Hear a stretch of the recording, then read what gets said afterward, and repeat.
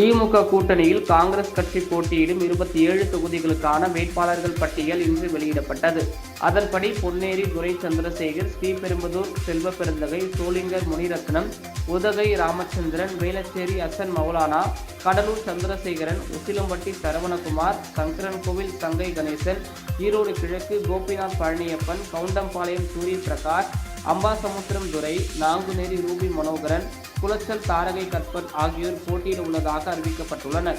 அதேபோல் ஆத்தூர் அர்த்தனாரி, கிருஷ்ணகிரி செல்லக்குமார், பெண்ணாகரம் ஜிகேஎல் தமிழ்குமரன், சிங்காநல்லூர் ஸ்ரீநிதி நாயுடு, மயிலாடுதுறை ஜமால் யூனுஸ் முகமது, துறையூர் விக்சுலெனின் Prasad, Karaikudi S Mangudi, Aranthangi Ramachandran, Srivaikuntam Urvasi Amirtharaj, Usilampatti Saravanakumar, Sivakasi Ganesan Asokan, Thiruvadanai Rama Karumanickam, Killiyoor Rajeshkumar, Vilavancode T T Praveen போட்டியிடுகின்றனர் என்று அறிவிக்கப்பட்டுள்ளனர்.